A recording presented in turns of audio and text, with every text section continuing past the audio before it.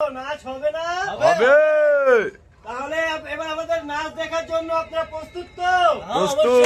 অবশ্যই প্রস্তুত। এবার আপনাদের মাঝে আমাদের নৃত্য পরিবেশনা করবেন আমাদের দেশের কুখ্যাত নৃত্যশিল্পী হাফেজ মাওলানা মুহাদ্দেস পরিমণি। পরিমণিকে আমরা মঞ্চে আসার জন্য আহ্বান জানাচ্ছি।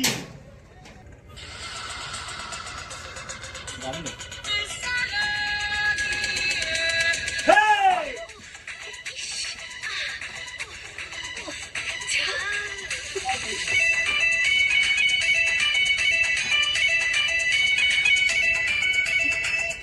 বল